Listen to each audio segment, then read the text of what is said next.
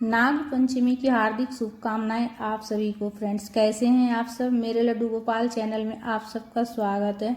नाग पंचमी की सरल पूजा विधि में आप सबके साथ शेयर करने वाली हूँ। फ्रेंड्स, नाग पंचमी के दिन देखिए, आप कहीं अगर विष्णु भगवान जी हो या फिर शिवलिंग हो और नाग देवता हो शिवलिंग के साथ में, और विष्णु भगवान जी के फोटो में अगर नाग देवता हो, तो आप जो है सरल विधि से जो है ना विष्णु भगवान जी के साथ में नाग देवता की पूजन कर सकते हैं नाग पंचमी के दिन घर में सरल विधि से। और अगर फोटो नहीं हो विष्णु भगवान जी के साथ में नाग देवता का, तो आप अलग से जो है ना नाग देवता किसी कागज पर बनाकर और दीवार में चिपका कर भी आप जो है ना पुष्प का आसन दे दीजिएगा और दीवार में चिपका कर आप पूजन कर सकते हैं। तो कोई भी पूजा करते हैं तो सर्वप्रथम गणेश जी की पूजा की जाती है।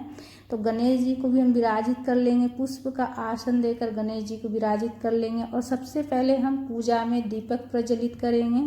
तो पूजा पूरा विधि देखिएगा फ्रेंड्स। पूजा में चढ़ाए हुए प्रसाद का क्या करना है, सामग्री का क्या करना है, पूजा के बाद संपूर्ण विधि मैं आप सबके साथ शेयर करूंगी फ्रेंड्स। तो सबसे पहले दीपक हम प्रज्वलित कर लिए हैं, उसके बाद तो स्वच्छ जल में गंगा जल मिलाकर जल के छींटे देकर भाव स्नान करा लेंगे गणेश जी को और विष्णु भगवान जी को, माता लक्ष्मी को भी और शेष नाग को भी।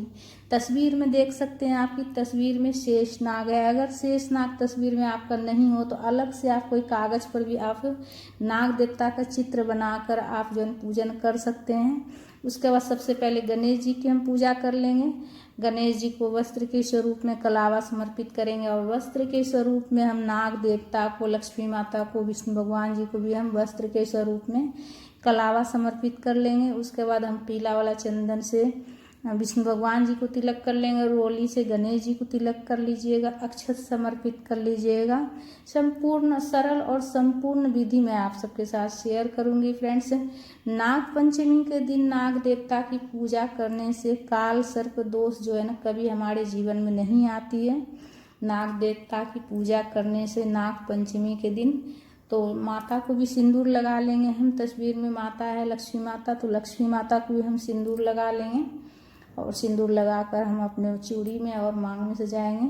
उसके बाद देखिए, नाग देवता है ना, शेष नाग है, तो शेष नाग को भी तिलक कर लेंगे हम पीला वाला चंदन से या फिर सफ़ेद चंदन से भी तिलक कर सकते हैं आप नाग देवता को।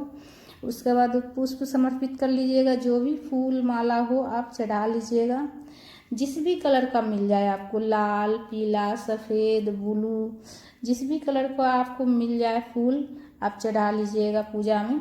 नाग देवता को भी चढ़ा लीजिएगा और जितने भी भगवान जी हैं सभी भगवान जी को आप चढ़ा सकते हैं। और घर के मंदिर में भी आप इस प्रकार से आप पूजन कर सकते हैं। अगर घर के मंदिर में आपके जो है तस्वीर में अगर शेष नाग बना हुआ हो तो उसमें आप पूजन कर सकते हैं। तो देखिए, विशेष रूप से नाग पंचमी के दिन जो है ना पूजा में दूध चढ़ाया जाता है। ठीक है, दूध जो है ना कच्चा दूध गाय का आप ले लीजिएगा, चढ़ा लीजिएगा। गाय का दूध ना हो थैली वाला भी दूध आप चढ़ा सकते हैं। और मीठा में आप मिश्री बतासा भी आप चढ़ा सकते हैं। जल का भी भोग समर्पित कर लीजिएगा, गणेश जी भी भोग समर्पित कर लीजिएगा।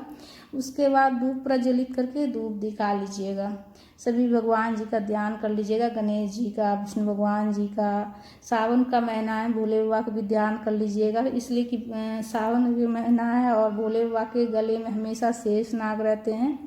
तो जो है ना आप भोले बाबा का भी जरूर से जरूर ध्यान कर लीजिएगा। आसपास में कहीं से मंदिर हो शिव मंदिर, तो वहाँ भी जाकर आप पूजन कर सकते हैं। पूजा में कुछ दक्षिणा जरूर से रखिएगा, इसलिए कि हमारी पूजा में अगर कुछ कमी रहती तो दक्षिणा रखने से उसकी पूर्ति हो जाती है। उसके बाद जो दीपक हमने पहले प्रज्वलित किए थे धूप दीप, उसी से हम आरती कर लेंगे। बिल्कुल सरल विधि से इस प्रकार से आप आरती कर लीजिएगा। कर्पूर्ण गौरम करुणावतारम संसारिसारम भुजगेन्द्रहारम सदा वसंतम हृदयारविंदे भवम भवानी शयितम नमामि।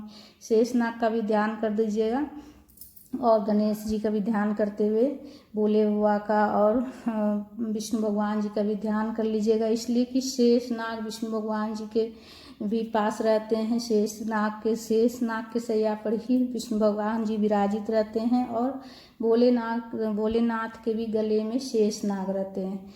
तो आरती करने के बाद जो है ना आचमनी कर लीजिएगा सीधे हाथ में जल लेकर। उसके बाद देखिए प्रसाद का क्या करना है। पूजा में चढ़ाए हुए प्रसाद जो है ना घर में किसी को ग्रहण नहीं करना है। नाग देवता को चढ़ाया हुआ प्रसाद आप जो है ना प्रसाद जैसे दूध है तो दूध आप आसपास में कहीं झाड़ी वगैरह हो, जैसे कि मिट्टी हो और घास फूस हो जहाँ पर, वहाँ ले जाकर दूध को आप जो है मिट्टी के ऊपर डाल दीजिएगा तो समा जाएगा। और जो प्रसाद भी चढ़ाइएगा जैसे मीठा में वो भी आप रख दीजिएगा वहीं पर, तो चींटी वगैरह सब ग्रहण कर लेगी। तो इस प्रकार से जो है ना पूजा नाग पंचमी की जाती है। झाड़ी वगैरह में जो है ले जाकर आप दूध रख दीजिएगा और प्रसाद रख दीजिएगा।